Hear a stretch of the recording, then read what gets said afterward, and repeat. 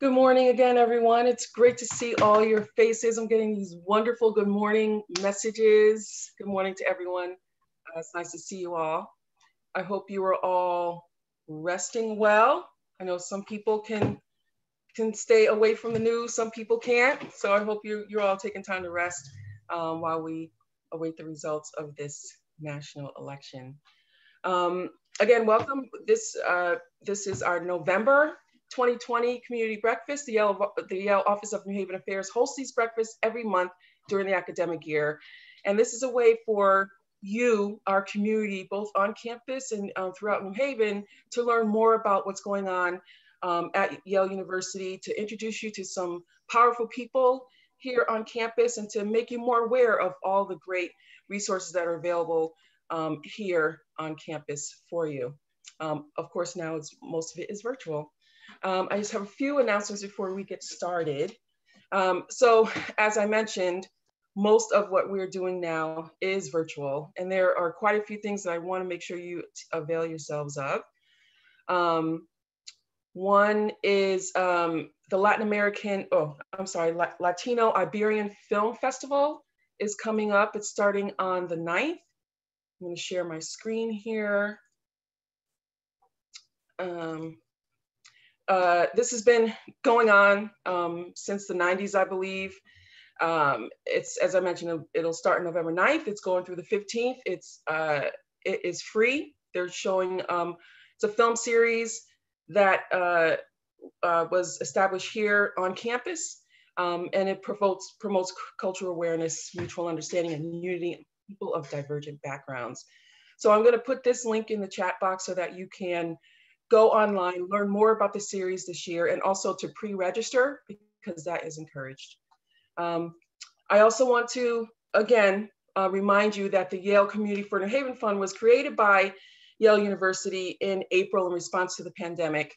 And this fund, which has so far distributed over $2 million to New Haven nonprofits who are serving and supporting New Haven residents as we all really work to address the negative effects of the pandemic.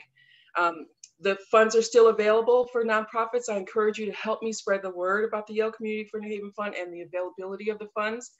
I will put the link in the chat box, but as you can see, we have provided funds to local nonprofits who are doing a number of different things, all serving the basic needs of people here in New Haven.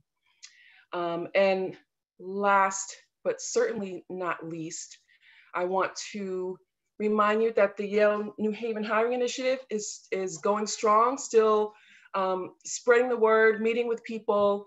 I believe Chris Brown is here on screen. He is the director of the Yale New Haven Hiring Initiative.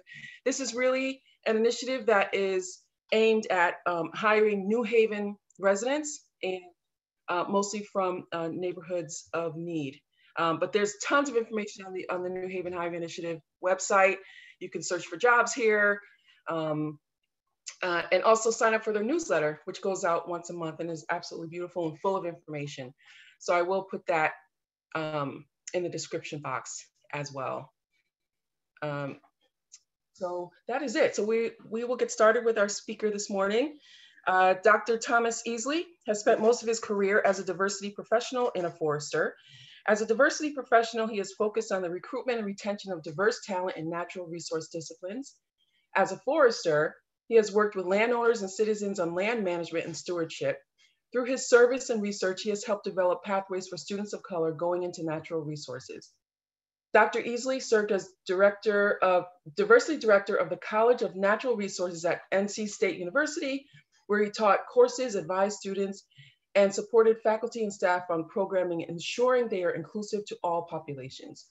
Now as the Assistant Dean of Community Inclusion at the Yale School for the Environment, he combines his professions along with his passions for art and ministry to lead the diversity efforts in the school. To add to his accomplishments, Dr. Easley is a proud Eagle Scout in the Boy Scouts of America, and is also a musician known by Rashad, capital R, capital S, in the world of music. His art is called Save Your Life Music because he puts messages of love, embracing self, and helping others in his music. Dr. Easley earned his undergraduate degree in forest science from Alabama A&M, his master's degree in forest genetics from Iowa State University, and his doctorate in adult education from North Carolina State University. Please welcome Dr. Thomas Easley. I'm giving you my clap. All right, well, good morning, everyone. Can you hear me? All right, okay. Well, greetings. Let's see, then I will thank you for the introduction, Karen, and I will share my screen here and we'll get started. Hope everyone's having a good morning. I know I am. I always start my day off with a little bit of yoga and working out and meditation. So I've done that, and anti-inflammatory liquid here to keep the body happy. So that's what we're going to do. All right, so let's go. So this presentation, I'm going to do like a mix of like bringing hip hop into the presentation, talking about a little bit about forestry, but more so talking about diversity and inclusion. So here we go. This hip hop, forestry, and poetry is getting lateless floetry. This academic superstar gonna plant a seed and grow a tree in my front yard locally or on my block, hopefully, make others do it locally. Now fresh air is more for me. I'm thankful for oxygen, the tree hugger, not again. But trees, my family, you see, I lost a lot of friends. Humans are greedy, mistaking it for hungry. Like a racist realization before diversity, they want me. Now, those are bars in the song that I have that's called Hip Hop Forestry. If anyone wants to look it up, like, matter of fact, if you for real just Google Hip Hop Forestry, it will come up. So it's like one of the only things that's out there. And truth is, I wasn't really even trying to develop a new philosophy. I was just combining two things that I care about. As a forester, that I have practiced that, actually also my career at the same time. But then also as a hip hop artist, that I've been engaging in hip hop as a child. I mean, hip hop is how I speak. I feel it's my culture. It's my religion, if you ask me. And so really what I wanted to do was to combine them, because when I was first working in diversity back in North Carolina at North Carolina State, as Karen said, I worked a lot in recruitment. And I use hip hop more so in ways of getting people's attention. Okay, I don't think that I have to communicate about something through hip hop for people to get it, but I mostly use it to get people's attention so that you'll listen to me. I think that what happens now is people are kind of taking it and trying to co-opt it to say that this is another language. And hip hop's not another language, it's just another way of expressing yourself. It's just another way of people communicating about what they're going through and about how they see the world. So when I think about doing work around diversity, equity, and inclusion, which we'll get into that, first, I think we're doing it on a relational level. You're influencing a person's ideology, their thought pattern, cultural understanding for the purposes of changing what? What is it that we're trying to change? Well, we're trying to change behavior, and we're trying to change ideology. We're trying to change the way that people think. I remember one time, I did a lecture out in Arizona last year before Dr. Rona visited us and stopped a lot of that. And in my presentation, there was an individual, and he was like, Dr. Easley, I think that he liked what I was saying. So he said, I think that, how people think about it is the most important thing, and I thought, okay. And I said, well, that makes sense to you if you're the one that needs to change, like if it's in your mind and you're the one who needs to change. And I said, but the only thing that I can truly see is I see your actual behavior. So for me, the most important thing is going to be what you do, not just what you think. So that's why I said influencing a person's ideology, thought pattern, as well as cultural understanding for change in behavior. I think if it's done well, people are going to be aware that you're doing something, that you're engaging them and bringing a different or a new philosophy around them when it's happening. I don't think that we should hide that we're doing diversity work. I don't try to hide it. I try to be very open, and upfront about it. But I think that if done harshly, you could definitely receive resistance, because people have to be brought into this work. People have to be brought into this understanding. So the next thing that I think is, so then you also have history, right? Okay, so now when you're dealing with this work, you're dealing with people on a relational level, okay? How I feel about it, how I have experienced it. But then you're also dealing with people on a historic level. when thinking about diversity, equity, and inclusion, type work, we all have our own personal history. I come from Birmingham, Alabama. I grew up born in the 70s, but grew up in the 80s and the 90s. So, so I grew up, when hip hop really started to boom and blow up. I grew up as movies were getting bigger. I grew up as we were now watching television all night long. I grew up before there were cell phones. I grew up when you actually dialed a number. I grew up when you turned the television on. So I think a lot of people on this call have something in common, like with you, that I grew up in a time when we operated as human beings, where we actually did things. Everything wasn't automated. But I also grew up and matured in a time when things were becoming automated. So I've gotten comfortable using a computer, using a phone, sitting in front of a flat screen TV, so on and so forth. So I have a different kind of history with it. When I look at what's going on now in our country, as I was telling our moderator earlier, I'm not really surprised, but it's because of how I grew up. It's also because of where I grew up. I have a family that's entrenched in the civil rights movement. So I knew about racism since I was at least 4 years old. I knew about, the fact that the government system has never been for the people. I knew about that. It's what we want, it's what it's espoused, but it hasn't been. So changing people's history, which means basically kind of changing the narrative or helping them to see a different side. So historically, when you're doing this kind of work, that's what you're doing. You're basically breaking ground. You're really changing patterns. I've gone through a training that's called Opening Doors, and they talk about like living or walking on how when you're in the airport and you're on that walkway, going to your, going to your lane or going to your trip. But what happens if that walkway stops? Well, if you comfortably standing on that walkway, it's like, oh boy, that's not nice. That's not cute. But that's what happens in diversity. When you learn something new, it's kind of like it's a disruption. Like I'm moving in a way, that's normal. And then I learn something new and it's like, whoa, wait, that kind of shifts my whole trajectory. It shifts how I feel. It shifts my posture. So like I say, exploring and changing narratives. And when you do that, there's going to be resistance. Period. It's going to be, because I have to process what is actually happening too. So it's not necessarily resistance always because I don't like something. It's resistance that's more passive because I'm trying to understand something, like what's happening here. Now, why hip hop? I love hip hop. As a matter of fact, I can tell you this. I just had, so I have like 2 recent articles that have come out. One in the online journal called E360. And another one that's in the book called 40 Big Ideas. Okay, it's a publication from the university. And I had a young person who read both my articles, both chapters as well as the article, and then they kind of challenged they challenged my article. And what they were saying is they think that it takes more than hip hop and communication to change the realities of people. And I agreed. I said, no, I completely agree with you. But my article wasn't about changing the reality. It was about communicating, and talking and being able to bring people into it. And this is why I use hip hop, because it's only $1 billion genre, that every other genre now uses, and I grew up in a time when people didn't like hip hop, including my favorite artists like Prince, So I love hip hop because of the expression. When you're engaging in hip hop, at least when I grew up, you were fully autonomous in how you expressed yourself. You were unique. You were an individual. You had to display confidence because you're putting yourself on Front Street. You're using the microphone. You're basically, as we say, spitting rhymes or speaking bars. But the other thing about hip hop is you have to know your audience. You have to learn how to respond to others. Being able to freestyle, like being able to say something right at the top of the dome, even if I'm sitting at home and I can rap like this because I'm grown at the same time. See, you can just go. Just rhyme. It's like being able to do that. It's my passion. Now, here's why I point out hip hop this way. Because, see, I also went to school and I took classes that had to do with public speaking, right? And they teach us all about all of these ways, like how you have to think about your audience, and they give you these books and they put you in front of people and they challenge you and they say, think about this and talk like this. Well, I remember when I took my public speaking class, I aced it.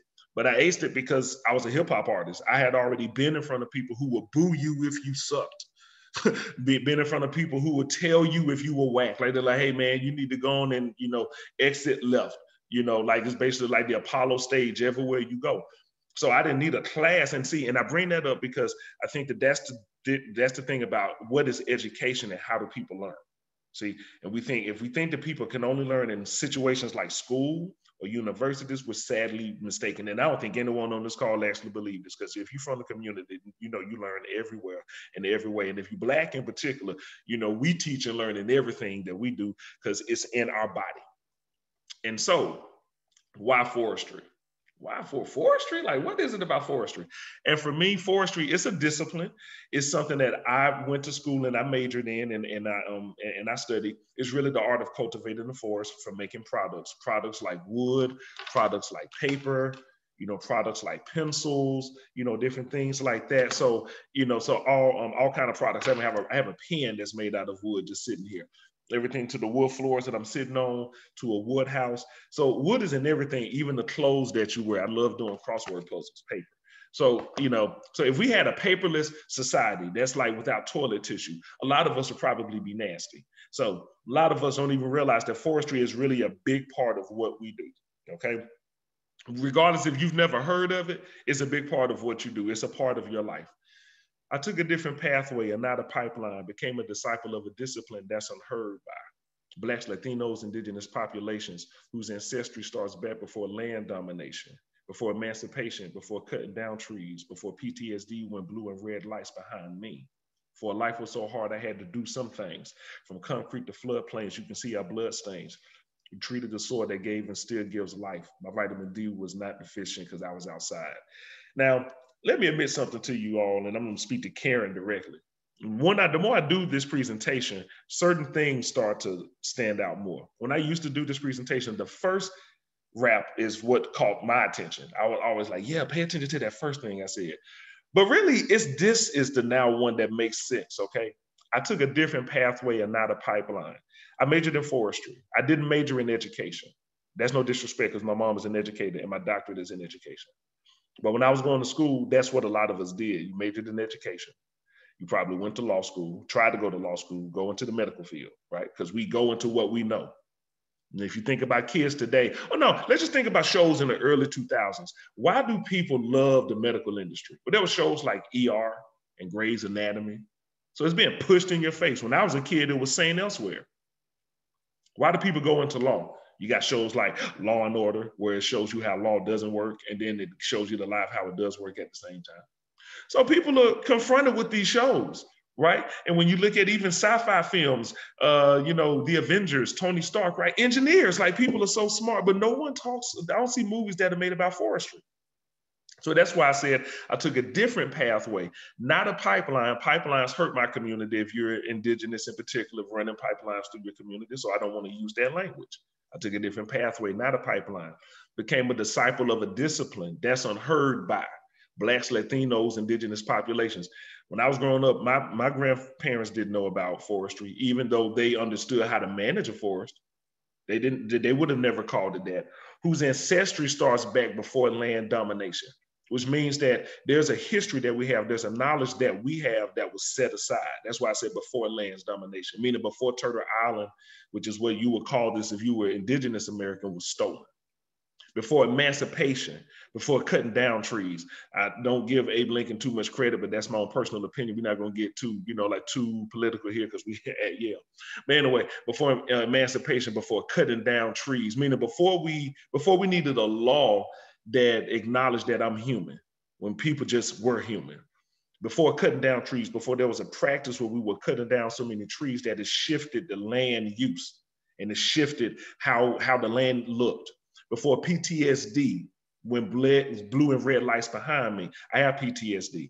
And so, but I'm saying that, when stress hits the body, it can cause things to happen. And if you're Black in particular, and you're sitting in the car and red and blue lights pop up behind you, that's the police. Most of the time, we never feel comfortable. We tense up.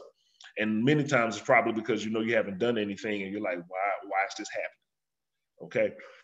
For life was so hard, I wanted to do some things, meaning I wanted to fight. I wanted to probably consider violence. From concrete to floodplains, you can see our blood stain. From concrete to concrete jungle to floodplains. If you look up the history of redlining, in particular, Black people were forced to live in floodplains. We were forced to live in places that when it rains, in particular, small or big rain, it floods. Okay, so I'm saying that from the concrete jungle, from urban environments to floodplains, you can see our blood stains. Meaning we were forced to live in these places. We treated this, but we used to treat the soil, which means we used to take care of the planet that gave and still gives life. My vitamin D was not deficient because I was outside. I grew up during a time where my grandparents said, get your butt outside and go play. So I was never deficient with vitamin D because I was playing with the sun every day. So what I did, and this is something that I try to talk to young people about, but any people, because age is, it's a number, and so, but we all have different interests and different things that we can do. So this is what I did. I'm a forester.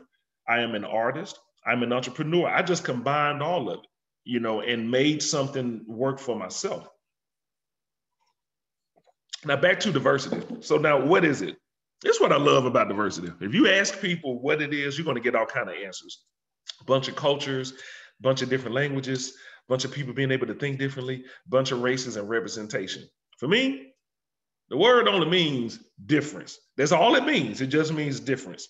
Now, maybe that simplicity of the word only meaning that may be why it's difficult to actualize it. And when I say actualize, I mean to establish fairness in spaces that really weren't created, in my opinion, for fairness. So when we talk about what is diversity, to me, it's just difference. The question is, how do we value that difference? How is that difference used in the workplace? How is that difference used in your family? How's that difference used in the community? Growing up in the community, like I grew up in a Black community, so I grew up where race, like we were in a homogenous community, right? Race wasn't necessarily the issue, but at times where I was growing up, sexuality was the issue. Or it was definitely one of them. If you were gay, you had to be quiet. Okay. The other issue that I noticed when I was growing up was sexism. Men are here and women are here. And a lot of times that got taught through church. It got taught through religion. So so it's just showing. I'm just sharing how the way that I grew up, like while I definitely understand race is an issue, I know that there are many other issues too, and sometimes people have a different relationship with it, which impacts how they communicate about it. So diversity is one thing that I say that I know and that I'm good at. Adult education is what my doctorate is in. And in my adult education program, I study two things: anti-racist scholarship, which people are still talking about now, more so now. And then I looked at STEM faculty, science, technology, engineering, and mathematics faculty. How do they understand diversity in their day-to-day duties? Just when you come to work or when you wake up now and get in front of a computer, how do you think about diversity with your work? And if you're thinking about faculty in particular, I'm talking about people that publish articles, that engage in research and accept students and make decisions at a university. Now, the framework, in case people, I just want to bring people into my study. When I was getting my doctorate, they said, whatever you study, you have to frame it a certain way. You have to, in a way. Now, I'm going to tell you what it means. In my opinion, it means you have to box it in. You basically have to box in an interest so that you can explain it more, which is somewhat problematic now when I think about knowledge and how knowledge is created and how it's taught. I'm going to tell you to box it in. But at the same time, it makes sense, because if you want to graduate on time and if you want to communicate with a certain population of people, you need to be able to speak the way that they get it. So the framework I use is called faculty vitality. It came from the business world. It's about organizational behavior. I want you to think about this. Let's say in your community, let's say you have folks who make decisions about what happens in your community. Okay, people make decisions about you, and they tell you that you impact these decisions that we make. So the people who get to make decisions, we would say that those people are vital because they get to decide what happens to other people. If you're in this community and you talk about what happens in the community, what impacts the community, so when you walk past people on the sidewalk, right? And you get to share and talk about what happens. Like, oh man, did you hear what happened on the corner? Did you hear what happened in Karen's house? Did you hear what happened at Kyle's spot? So now it's an intellectual exchange. We're sharing ideas. We say people are vital when they can share ideas. Social activities. People are vital. You're in your community, right? And we would like to party every so often. Let's get together and let's hang out. Let's dance, And there's some of us who can't dance, but hey, if you can move, you can dance, or at least you can try to. But we get together, and we move. Anything that contributes to collegial relationships. We say that people are positive or vital if you're engaging in these social activities to help them make relationships. And last but not least, you're engaged, you are vital if you engage in mentoring relationships. In the community, and come on, let's think about this in New Haven. I've only been here 3 years, right? But we have elders all the way to young people. And if the relationships are strong and the community is thriving, people are talking across all levels. The elders are helping the young people. The young people are helping the elders, like, hey, let me show you how to use this technology. The elders are teaching you, hey, let me help you understand the world so that you don't move too fast and don't get too quick. You see, so we're helping each other. So that means we're mentoring each other. So basically, my framework says that when you are a vital faculty member, and I'm gonna bring it back to faculty. I brought it to the community, not back to faculty. That means you engage in decision-making processes. That means you impact what happens to other people, intellectual exchange, social activities, and mentoring relationships. Now, here's the other thing. Think about being in the community. Now, I'm in my 40s. Okay, I'm in my 40s.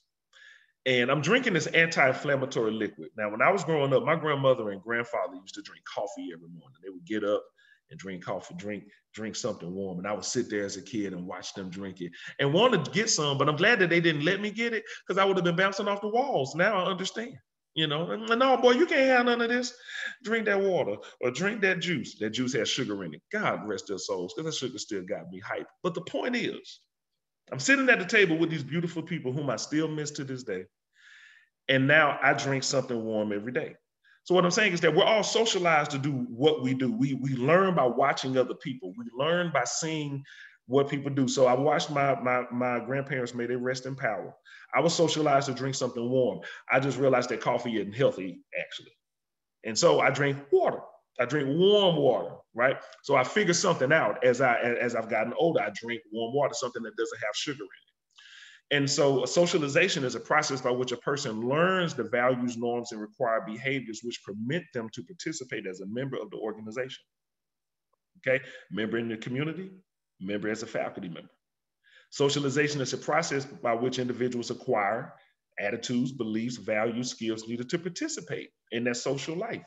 So you basically learn how to behave. There are those of us who probably have gone to church and we see someone who's same gender, love, and a gay walk in who is openly that way. And when they walk in, sometimes they may not feel comfortable because they're in an environment where they're taught that who they are is an abomination. Like, you don't even fit in. And if you don't come to church regularly, you don't even know how we engage here in the church. You see, so that person comes in weird. The worst thing you could do to a person who comes in like that is to make them feel bad and say, look at you, what are you doing? No, you have to usher them in because they may not have been socialized in this environment. They may not know how to be. Okay, so it's the same way with faculty. They didn't just become a faculty member. You learned how to do this along the way. Now, I was also a campus pastor, okay? So I'm not trying to proselytize religion here, but if you look in the pictures, let's go right to left. That's my family there. So that's me before I had a chin, if you can tell. All right, before I had a beard. If you go in the middle, that's my first baby that I christened. Okay, my first, child there. And the woman who I'm actually standing next to, she helped me to manage the church. And it went really well. And that's her daughter, and that's her son-in-law and grandson. And then to the left, if you don't know who that is, that's D1.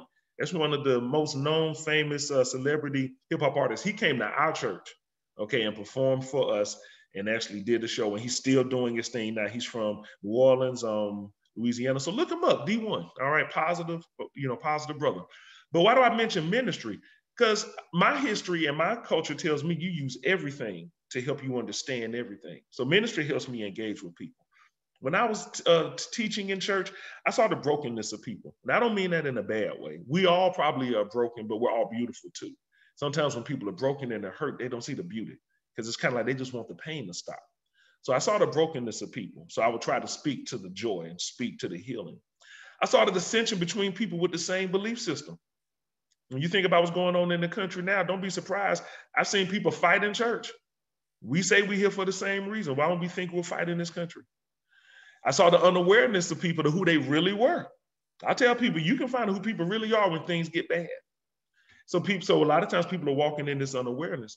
But it also showed me the resilience. See, I have to put this on a positive though. And the positive behavior when people learn and understand something different. I had to work to bring people in. I had to open myself to them too. So I had to bring them into me. I had to get into them, and I had to be patient, and I had to work. And it takes time. You have to learn how to communicate across so many different generations, because it started off with college students, then the parents and grandparents started coming. And I'm like, wait, what is this? I'm not a parent or a grandparent yet. What's happening? But when you speak through love and you speak to people, then they want to be there. you know? And so people felt safe in the church. So I'm just in my church. So like I said, I'm not proselytizing or telling people to go and be a Christian, but I am saying that when you have a space where people have what they think is the same belief, that's a great time to make people feel welcome so we can grow together. So here's the thing, faith versus faith practice. Let me ask y'all a question. Is everyone a person of faith? I'm looking at Mrs. Smith here as she's leaning forward, looking at the screen, and I'm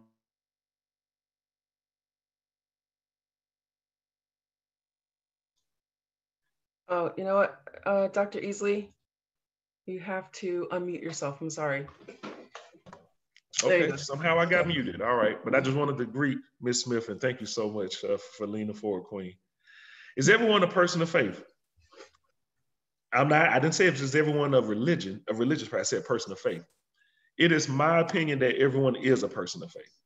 When I look at my career and look at the things that I've done, I look at why did I do it? Why did I go to school? I had a hope that it would lead to a job, and it did. But then I wanted to do something more. So then I went to grad school. From grad school, I got an intern because I wanted to do more. I wanted to do more bigger in a different environment. Oh, then I ended up working at a university. And while at the university, I got my doctorate. Oh, and I became a campus pastor. Then I became an entrepreneur. So what I'm saying is that I have hope in things. To me, everyone is a person of faith because we all have hope in something. Okay, what is it that you have hope in? Is it in your body? Is it in your mind? Is it in your religion? Is it in your money? Is it in your family? Is it in your community? We all have faith. So then when I'm doing this work around diversity, I try to speak to people's values. Okay, I try to speak to what they have faith in. I try to speak to that to bring them into it. Okay, why do diversity programs fail at most institutions? And they're still failing now. One, because there's no accountability. It's not built in. What's built in, especially those who create a system, is their advancement. They don't build in a system that will penalize me for doing what I want to do. I'm only going to build in something that's just going to promote me when I'm doing what I think actually works. Okay, I have a business. I get it. I'm an entrepreneur. I know. I completely get it. When I made my business, the person who's going to be sued the least is me. And I want to make sure you can't touch me if you engage with my business. That's, to me, that's human behavior. The other reason why diversity programs fail is because the common model is to hire someone like me and make it my work to do what the institution should be doing. And then a lot of times you have leaders who promote and say that they want to do something, but they're really not part of the actions or the movement. And we see this in all institutions, especially big ones that have more than 20 employees. That's what you'll see. The people who are making the decisions may not be a part of the progress, but they're the ones saying we need to do this. Another major reason why diversity programs fail because the diagnosis determines the treatment. Your why determines your how. I always ask people, why do you want to diversify? And if they tell me that they just want to diversify to look different, okay, then I'm like, well, then all you need to do is go out and get people.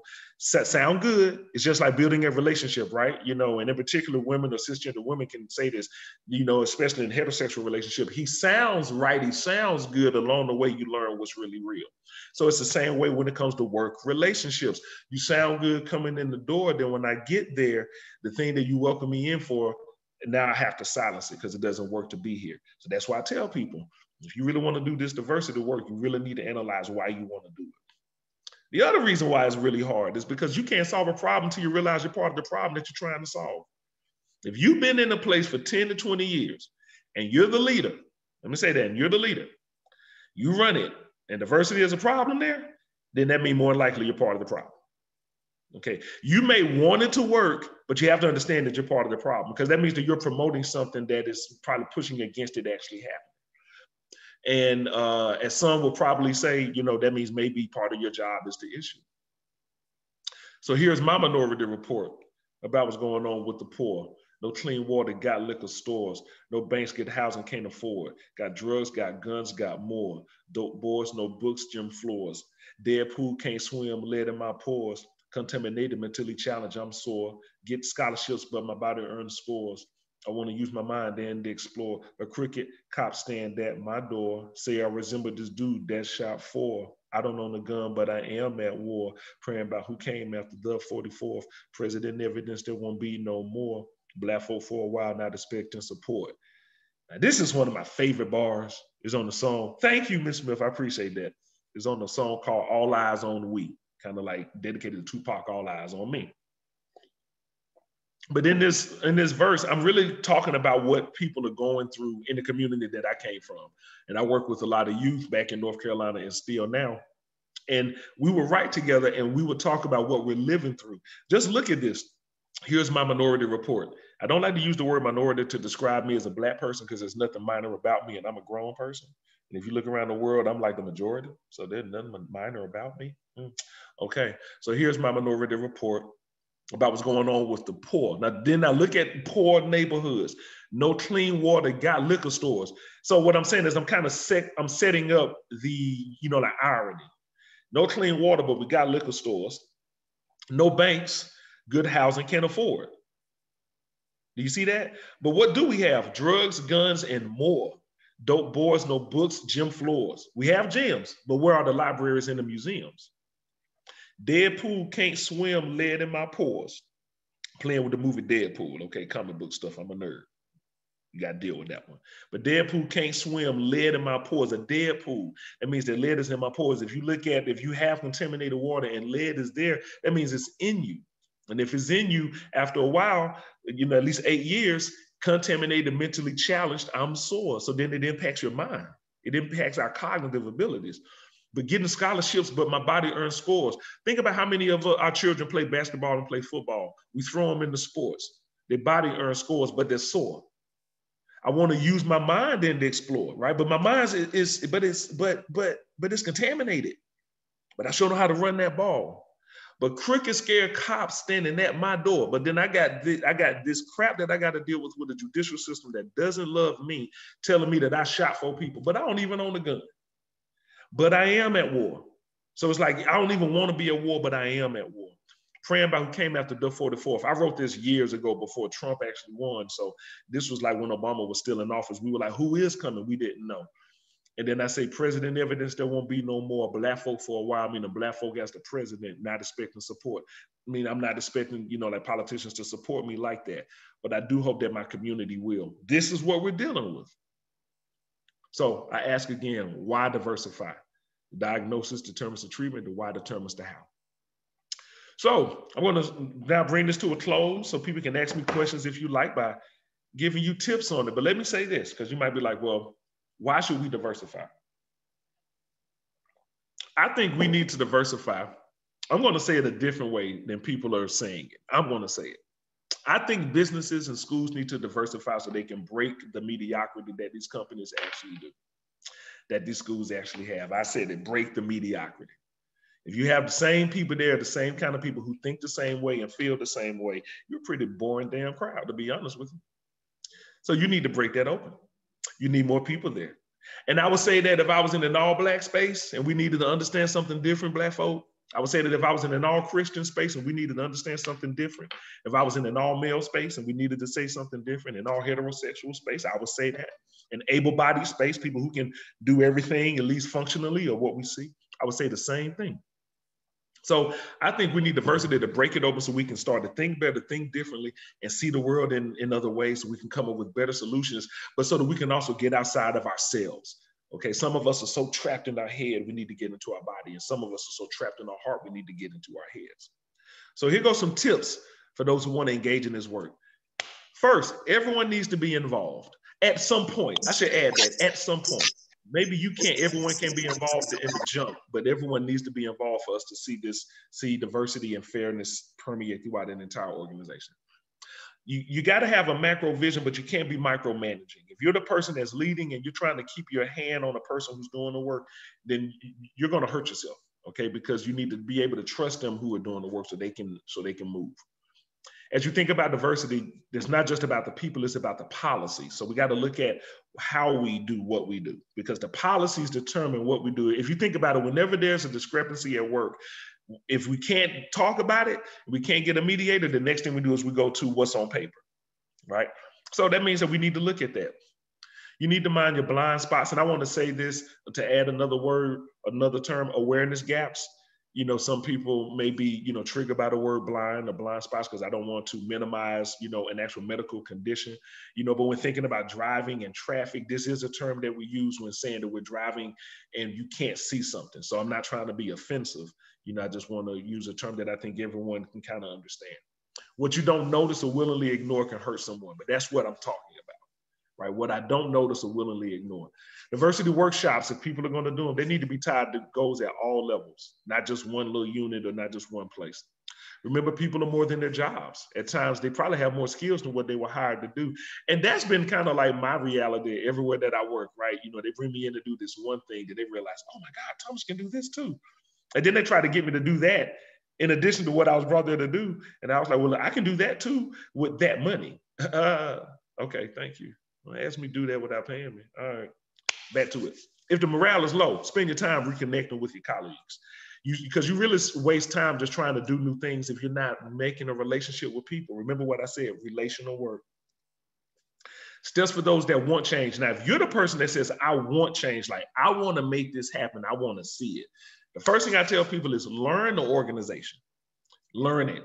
Know what everyone is doing. Learn the history of the place. You need to know where you are at. When I came to Yale, I was like, okay, this is a school that has at least 3 centuries of existence, 300 years. Can you imagine working at an institution that was around before the country was established? Like, just think about that. This place was a university before the Declaration of Independence. Like, wow. So this place is old. And so when we think about the country and the history of this country, this institution has a lot to do with it.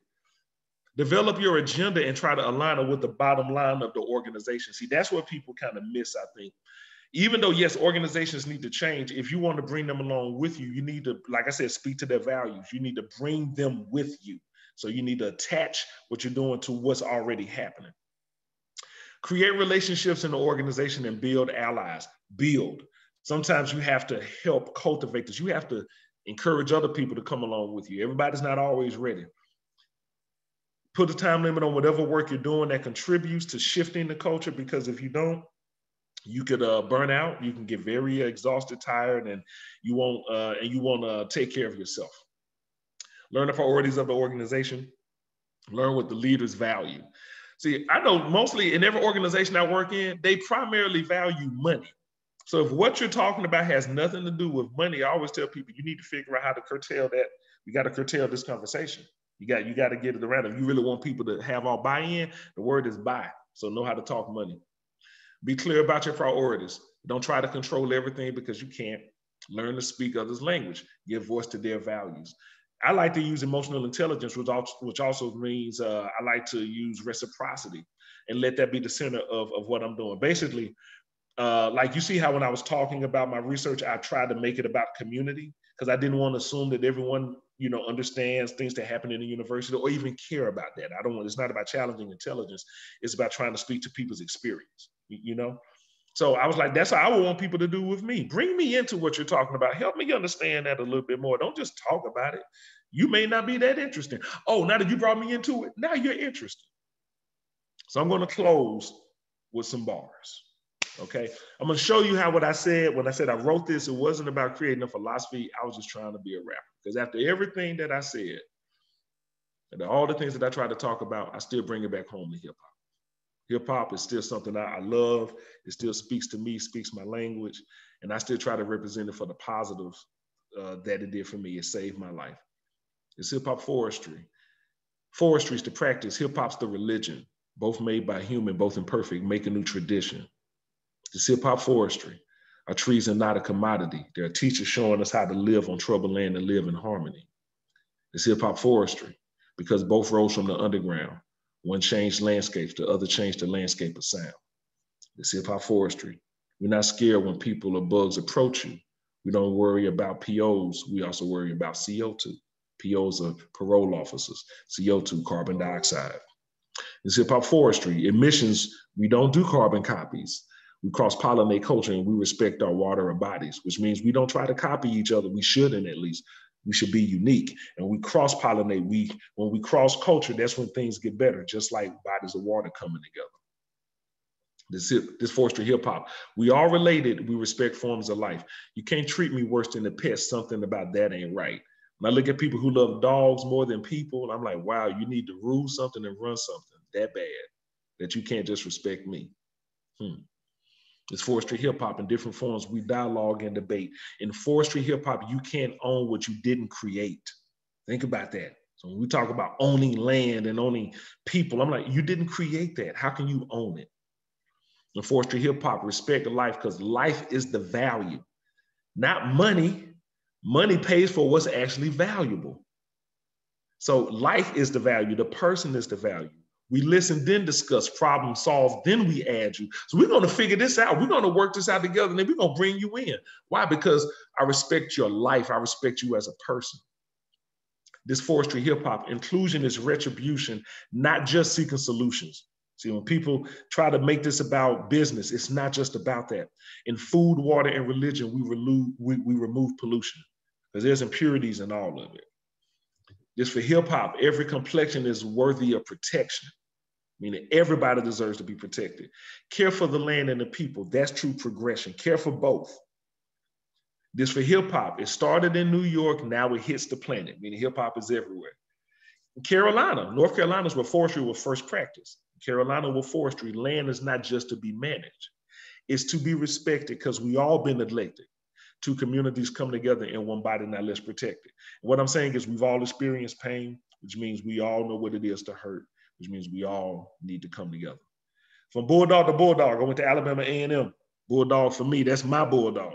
And now I work here at Yale, this Bulldog. So from the black one to the Ivy one. Bulldog to Bulldog, I thank you for your time. And if you ever want to reach out to me, you can either, if it's about Yale business, the left is Yale business. If it's hip hop and there's something else outside of that, then you have my other contact here, consulting or talking diversity. And from that, there's a little time for questions. And I will stop sharing my screen. And I can't stay too long because I have to go get a COVID test over off of York Street. So, what's up? So you all have the ability to mute yourselves. I just ask that you take turns asking your questions, and after you ask your question, go back to mute. You can also put questions in the chat box. I do have a question, Dr. Easley, from someone interested in getting a copy of the slides. Is that that's something you'd like to provide? Because I can email those out. Yeah, do me a favor though, before you send it out, can you save it as a PDF, please, and then send it out? And that's fine, but yes, they can have access to it. Thank you. And if that's challenging, just let me know. I can send the PDF, but I don't want to have you work anymore, Ms. King. So that's fine. I don't mind doing it. Yes, but thank you.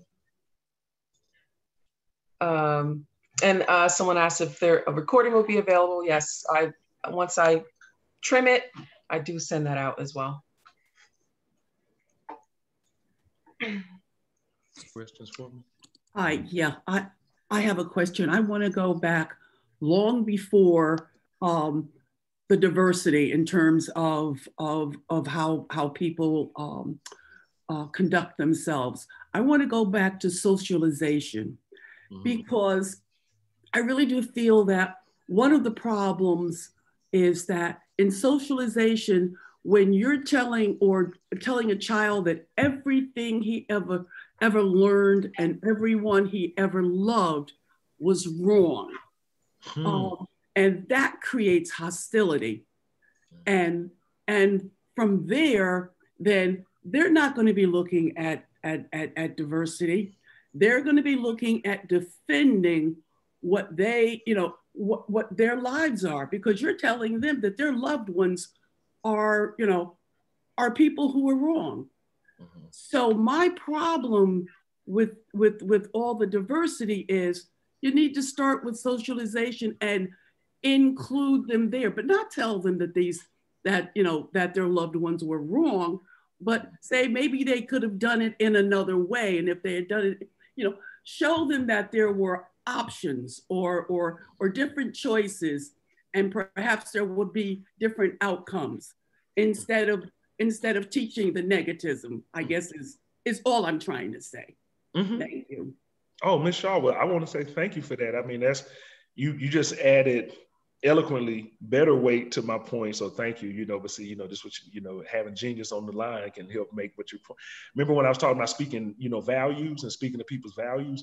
That's also an example, of what I'm talking about. Instead of opening it up, and I'm sorry, you are exactly right, at least for me. Okay.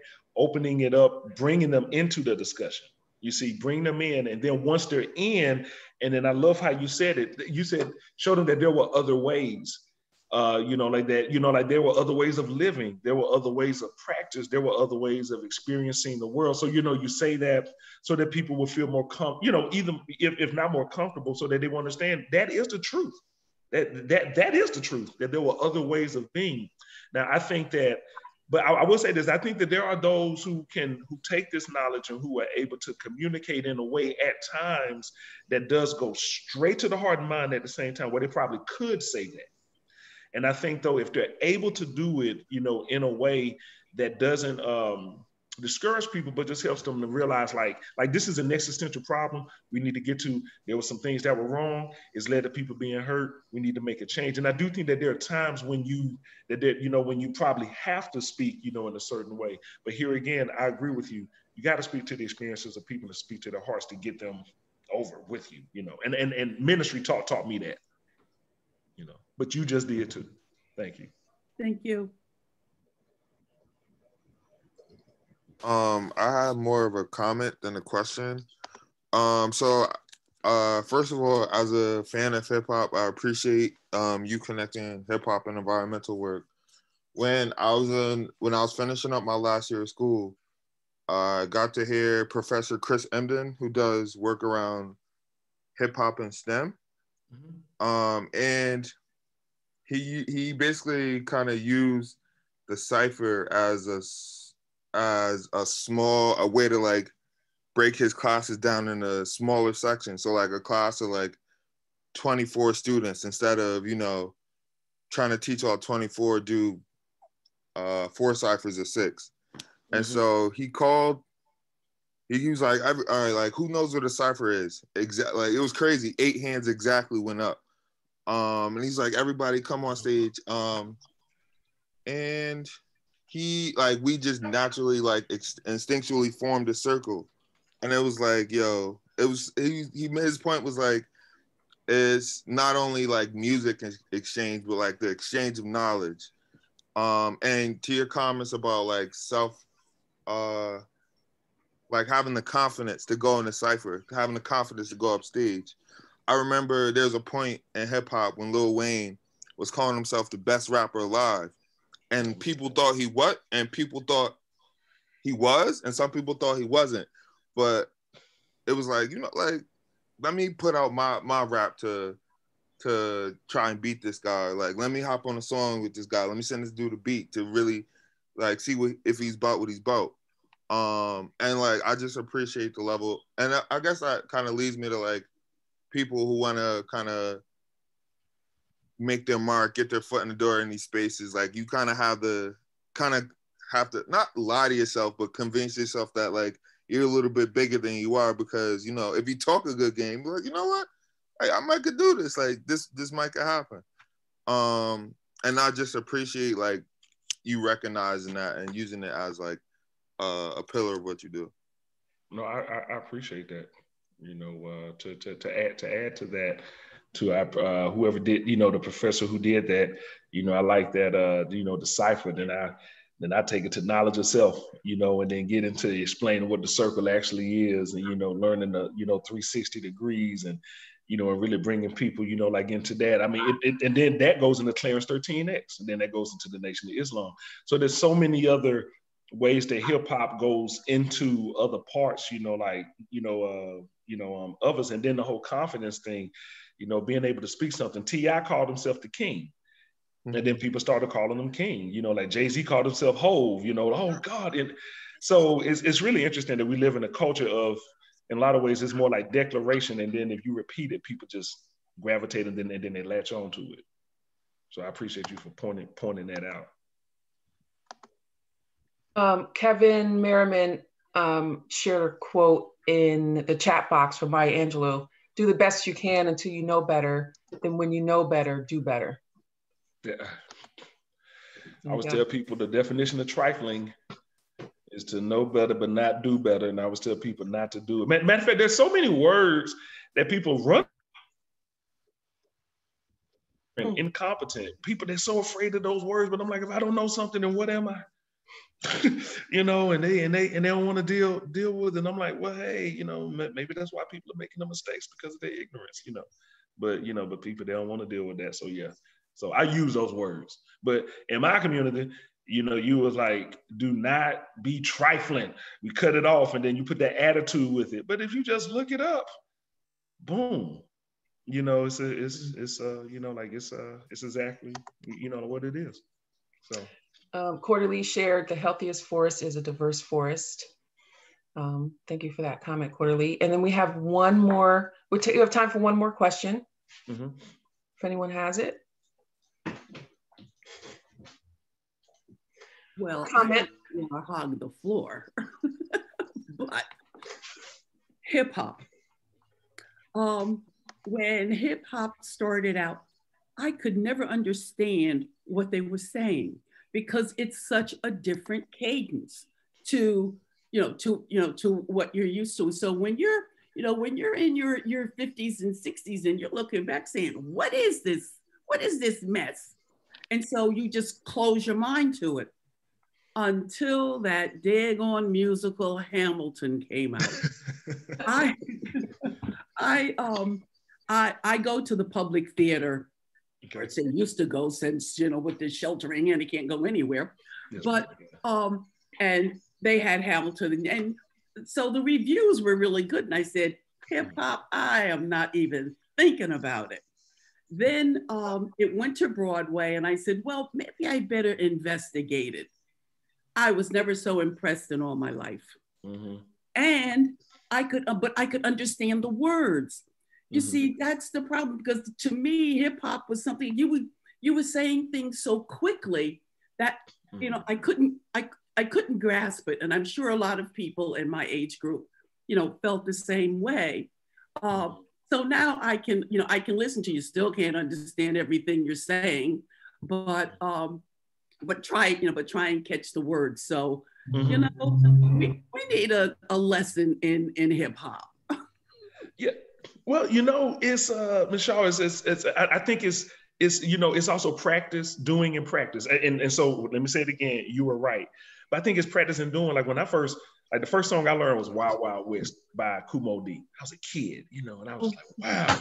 And I listened to it, I learned just the lyrics. It was my mom who stopped me and said, what is he saying? I used to live downtown, 129th Street. She was like, you ever been there? And that's when I started thinking, oh, he's telling a story, huh? And so then I went and learned the lyrics, and then I was like, Wild Wild West. Okay, Wild Wild West was out with, wait, he lived in New York. Hold up, wait a minute, hold on. And so then I realized, oh, you're doing a comparison, right? So the more I'm learning comprehension, I'm like, oh, okay. And then as I've gotten older, now I stay listening to the music now, because they rap in a way that I don't. But so I stay engaged with it. I think one of the things that happens is we basically get to a point where we stop engaging, you know, and you know, and this, I mean, look, like when I became a pastor, it was wrong to listen to hip hop. I then proved other pastors wrong that it wasn't, you know, because I kept doing it. You know, some people say Black people don't do that. I will prove them Black people wrong. They go, why? Oh, white people wrong? Why? Because I'm Black and I do it. That's why. So I do the same thing. I'm like, no, hip hop's not wrong. It's just how it's used. Because it's all about communication. And that's why I rap the way that I rap. I want people to be able to understand me, but I use my music as a message. So that's also why I do it that way. There's always a message in my stuff. So I try to say it so people will get it. I don't think people who do it another way are wrong. That's just how they do it. But I seek to understand more so than to be understood. So I really go and try to learn. You know, I keep trying to learn. But then when I see how tough it, and see, when I became a faculty member and I saw how people misrepresented what I did, and they would say, oh, faculty don't get it, faculty this and that. And I went, why are they talking about faculty? Like, oh, because they don't know what we do. Oh, okay. So I said, let me start telling them what we do. It's the same with hip hop. Man, they don't like hip hop. It's because they don't understand what we're saying. So why don't we talk to people in a way that they'll get it? Either change what you say or change what you talk about. And so that's why I do it. You know, I rap fast just like Busta Rhymes, but when people read my lyrics, they go, oh, wow, you made a song respecting women. Oh, okay. You know, but you wouldn't know it, but you have to read the lyrics. And then I slow it down. And then I make a song about history and racism. And then people go, oh, wow, I like this song. Then when they listen to the lyrics, they go, oh, did he just say what I think he said? You damn right, I just did. So you're right. And we got to do that, but we got to do it in R&B. We got to do it in politics. Mm-hmm. Yep. We got to do it in the environment. We got to do it in church. We got to do it in religion. We got to do it in love, in relationship. It's the same thing. It's all about how we communicate with each other. It's the same thing. So I thank you for saying that. And I've realized we're at 9:03. So we're over our time. I'm going to stop because I cannot be late for my appointment. All right. Well, thank you to Dr. Easley. We really appreciate you joining us this morning. Certainly gave everyone a lot to think about, and I hope you all will go forward, continue to have these conversations in your communities. I did share Dr. Easley's contact information in the chat. I will also share a PDF of his presentation as well as a recording of this, so that you feel free to share that and also follow up with Dr. Easley. I'm sure he'll be more than happy to continue these conversations with you. Thanks again for joining us. Thank you, Dr. Easley. Thank you. Everyone have a fantastic day.